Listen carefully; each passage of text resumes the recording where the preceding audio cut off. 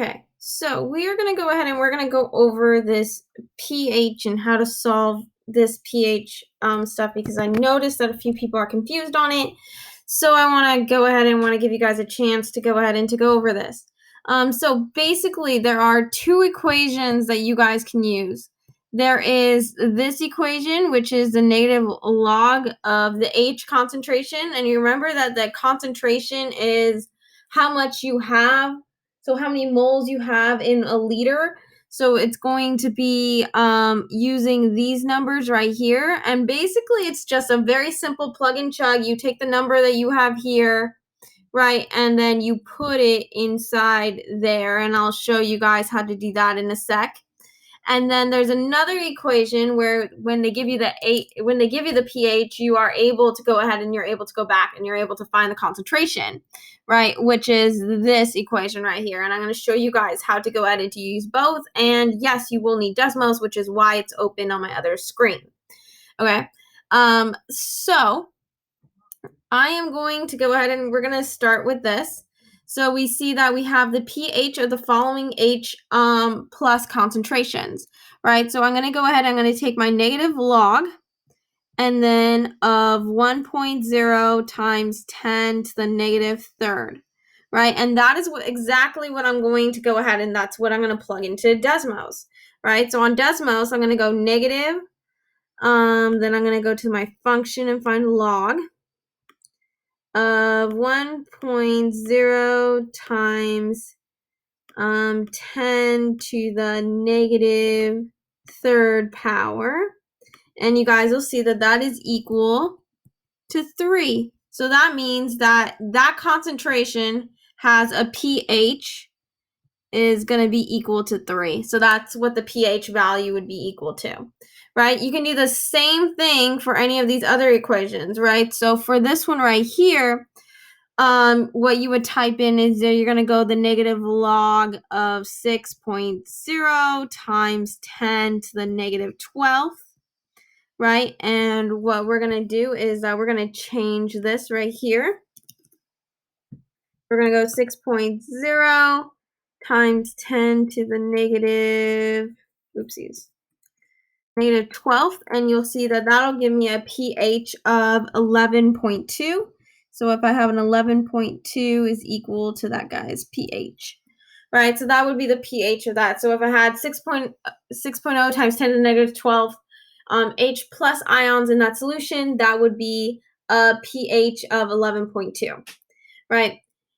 Now, if they give you the pH, right, you are able to do this other equation, right? So using the pH that they give you, right, we're able to solve for the H plus concentration, right? So in this case, I'm going to go 10 to the negative pH value is equal to my H plus concentration. Right, so you remember that when we're doing this, what we're going to get is a number that looks something like that, hopefully in scientific notation. If it's not in scientific notation, no big deal, but it should be a decimal.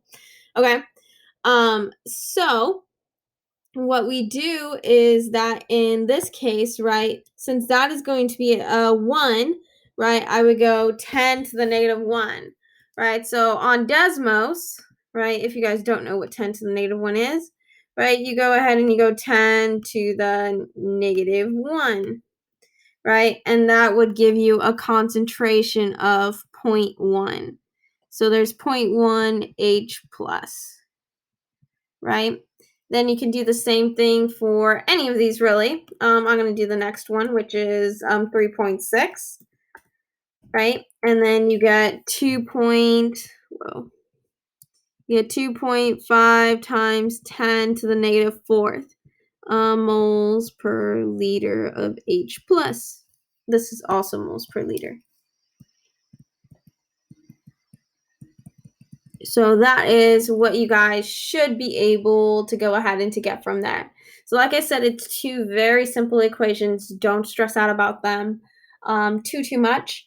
You guys should be able to solve those pretty quickly. Now, using that knowledge, we're going to go ahead and we're going to see what happens when they give us an OH concentration and how to get that back down into pH, right? So what you'll see is that we have another equation that we deal with, right? So if we have the concentration of OH, right, and we have this deal on here, how can we find its eventual pH, right? So that is what we're trying to go ahead, and that's what we're trying to find. So this is a little bit of a process. So just expect multiple steps. Okay, so we have the concentration of OH in this case, right? Because you have to remember that Na is broken up into OH, right? So the OH concentration, right, is going to be 0.25 moles per liter. Now, they give us this equation right here, right? And we're going to use that, and we're going to kind of have to divide a few things, but we'll figure it out. Don't worry, right? So we have the concentration of H plus, right? And then it's going to be multiplied by the concentration of OH, which is in this case 0.25, right, moles per liter. Right, and this is equal to 1.0 times 10 to the negative 14th. Basically, what you're going to do, since these two things are being multiplied together, you're going to divide. And I'm going to divide this deal on Desmos. So I have 1.0 times 10 to the negative 14th. Oh, I should have put parentheses around that deal. Whoopsies. So I'm going to put a parentheses here and a parentheses there. And then I'm going to divide it by 0.25. Divided by 0.25. And what I should get for my concentration of H in this case, and this is equal to 4 times 10 to the negative 14th, right? And this is equal to my concentration of H. Now we're going to take this concentration of H that we've already learned, right? And we're going to go ahead and we're going to find its actual pH, right? Because you have to remember that this is in moles per liter, so this is going to be exactly like what you have at problem 1, right? So now we're going to go ahead and we're going to get this answer. So now I'm going to take the negative log of my answer, right? So I'm going to go negative log of my answer, and then this will be my pH. So I'm going to take my negative log, so just so that we're on track here, negative log of 4 times 10 to the negative 14th, and then that is going to be equal to a pH of 13.39. So that would be like my pH, right? And so you guys will see that you apply the steps that you guys learned to go ahead and to get that pH. So now, right, I'm going to take a minute and talk about strong and weak acids and strong and weak bases, so that you guys are able to kind of distinguish between the two. So on here, what we have is we have a series of acids and bases that we are working with, right? I'm going to go ahead and I'm going to distinguish them by strong and weak, and then I'm going to tell you guys why they're strong and weak, right? So what you guys will see here is that this one is a strong acid. This is a weak acid. This is also a weak acid. This is a strong base. This is a strong base as well. And this is a weak one, right? So there's a couple of things that you guys will notice straight off of the bat, right? Acids have this H plus thing. And so that's, again, what distinguishes an acid. That's why we call it pH, right? Because we're trying to measure how many H pluses we have in solution, right? And then you guys will see that I have strong and weak ones, okay? For bases, it's going to be a little different, but I'm going to concentrate on acids first, just so that you guys keep track of it.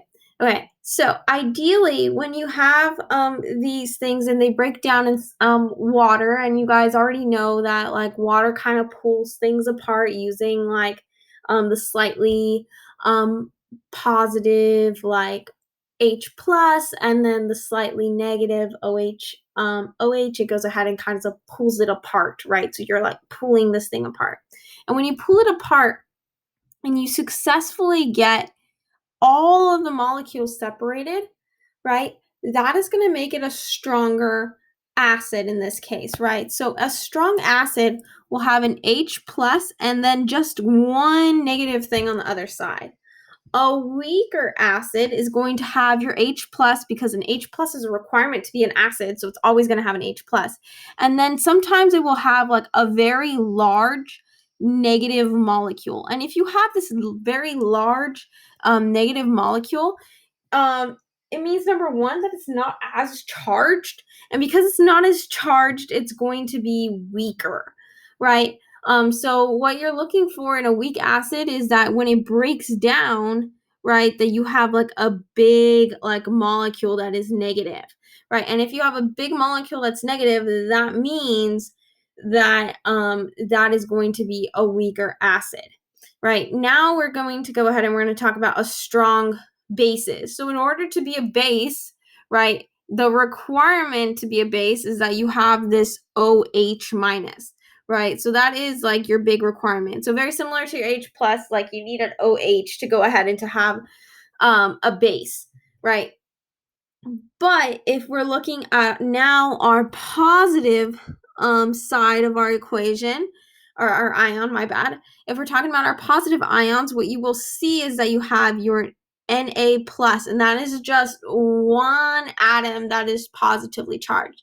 Same thing with potassium, right? We have that K plus, and that is just one positive atom that is positively charged, right? Then you have the NH4 plus, right? That thing is still positive, right?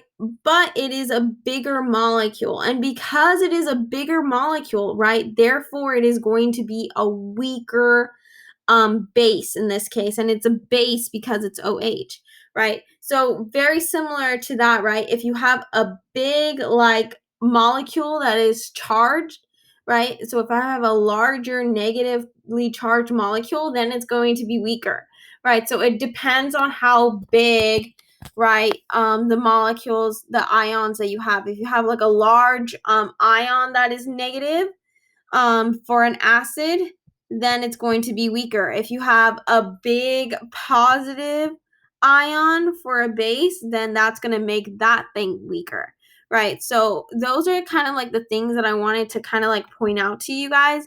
And it really depends on like how it breaks down in solution, right? If it breaks down to a very large piece and then like the H plus or the OH, then it's going to be weak. If it breaks up into like two like smaller pieces, which is just like one atom and then the H plus, or one atom and the OH minus, then that's going to be a strong acid or base. So those are like the big things that I wanted you guys to be able to distinguish between the two. And again, if you guys have any questions, please feel free to ask me.